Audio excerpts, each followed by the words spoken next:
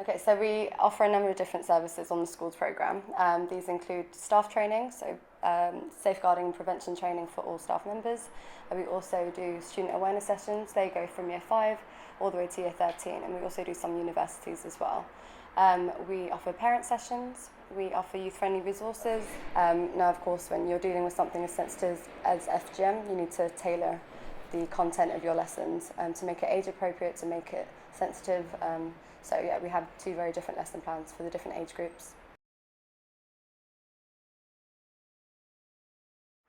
When we're thinking in terms of prevention, teachers are very well placed to pick up potentially risky situations, to identify children who may be at risk, and then they can take steps to prevent it happening in the first place, which is good. But there's also a space as well for support on the other side. So particularly with older students who have undergone FGM and may need access to support, maybe emotional health, maybe physical help. So teachers are very well placed to pick up those cases as well. Also space in terms in general of with schools in terms of opening up discussions, normalising discussions around genitals in the body.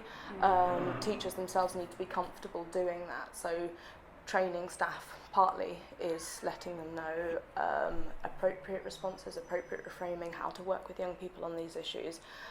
In case they do receive a disclosure, they're ready to respond appropriately, so sensitively, effectively. I think what's really important about the sessions is that we never go in telling people how to feel about it or telling people how they should behave. It's a space where they can explore the issue for themselves and come to their own conclusions. But the point is you encourage those conversations to be had in the first place. Encouraging young people, particularly young girls from BME backgrounds, to prioritise their own health, to realise that their body matters, their health matters, they matter, and that they don't have to suffer. One of the things we do on the youth programme is when you get this passion from young people after they've learned about the issue or after they've really started thinking about it, is you want to channel that passion, channel that energy into campaigns. So the school's resource pack, it is a literal physical pack. It's got a number of resources in it for schools. It's particularly at the moment for secondary school teachers who want to themselves deliver sessions to their students. So it's really comprehensive. It's thinking about before the session, there's a section what needs to be considered before you run a session like this, how do you run the session, and how do you deal with the aftermath. It's PSHE Association quality assured. And we know from using it ourselves, working with over 21,000 young people across the country, that it's a very effective tool. If the school wants, we can come in and deliver some sessions and they can shadow us, see how we put it into practice.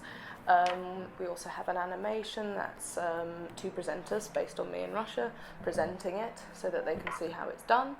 And we also offer a train the trainers, so that varies depending on who's requesting it, but it trains people to use the lesson plan and also how to run a session. So it's very critical to make these sessions relevant. So it's not just this is FGM, this is something that happens elsewhere, it's very much this is happening here. We don't deliver everything just us two, no. We have a bank of sessional facilitators that are employed by Forward, and they deliver sessions on our behalf. So we recruited people that were interested in schools work and also in the campaign to fight against FGM. So we spent 3 weekends training them up, first of all just giving them the awareness raising session that we deliver to students and to staff members. And then we taught them facilitation skills. We have 2 wonderful organisations that we worked with. One in Manchester, known as New Step for African Communities, NESTAC, and in Birmingham in the Midlands, Muslim Women's Network UK. So it was through them. We worked together in a partnership. So thinking about who's going to be in the classroom, whether you deliver to boys and girls together or whether you deliver them separately. Thinking about the size of the class, a lot of schools will maybe want us to come in and do an assembly, and that's maybe not. You have to think about whether or not that's the best setting to talk about something like FGM, or whether maybe you have a smaller group of 20 individuals or 30. So the logistics as well, having particular teachers in the classroom, so that the students themselves are comfortable, because you as an external facilitator should never be in that classroom by yourself, for example. So yeah, thinking about those kind of things before you actually go in. You have to know related topics as well, because talking about FGM, if you're successful in creating a safe space, is likely to open up a lot of other conversations that young people want to talk about but have not felt safe to do so with an adult before. So you'll get thrown questions that aren't actually related to FGM, but they'll be to do with relationships, sex, bodies in general, that sort of thing. But forward, we have an ethos in schools of always assuming that there is a girl affected by FGM in the room.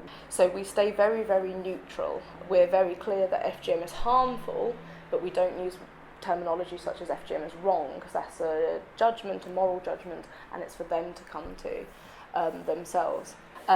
Equally, imagery, so being mindful of using too explicit imagery. So people tend to like blood blades, blood splatters, sometimes images of girls being cut, and sometimes, unfortunately, videos of girls being cut that they found, and it's just completely not appropriate for the classroom whatsoever. If a young woman in the class has undergone FGM, this sort of imagery can be quite triggering, so it can bring back bad memories. Another thing you have to consider when running an FGM session is the issue of confidentiality.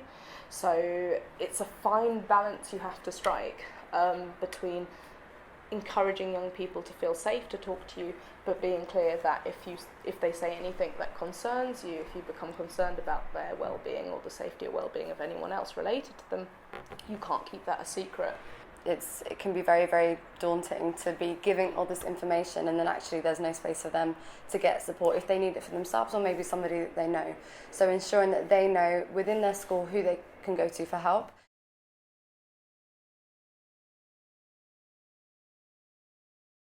Sometimes, and I'd say more commonly, it's young people picking up leaflets for their mothers or aunts, or saying, well, you know, she's undergone it, it may have stopped with that generation, but there's still a place for her to access support.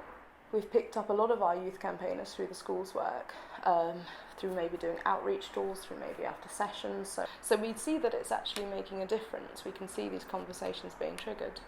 One of the primary schools that we worked in, we did some parent sessions with the mothers and fathers, and then a month or so later we went in and we did the sessions with the year 5s and then the year 6s. The teacher said, there's a little girl who was in your year 5 class, one of your year 5 classes yesterday, and she wants to speak to you and she'll only speak to you. And she said, oh, I just wanted to tell you that I knew about the issue already that we were talking about yesterday, because my mum went to the parent session and afterwards she came home and she told me she had had it done. But it had really hurt her, so she wasn't going to do it to me. And then she said, I think it's time we call Grandma. So the mother called her own mother, brought her round and had a conversation. When we spoke to the mother later, it was the first time she'd ever spoken to her grandma about what Grandma had done to her. It must have been 30, 40 years before. It was the first time they'd had this conversation, the first time she said, actually, that really hurt me.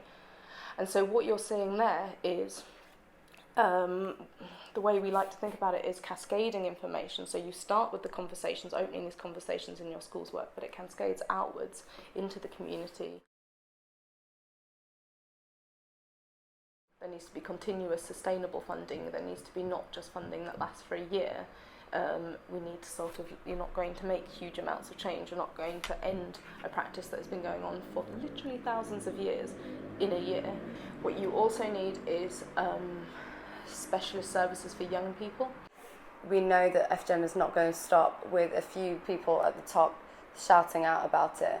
We know that we need to get as many people on board, and if teachers are another way to do that, when we know that so many young people are in their care for a sizable portion of the day, every day, it's an amazing feeling to think, well, actually the people that are in charge of safeguarding young people, they're confident to do so.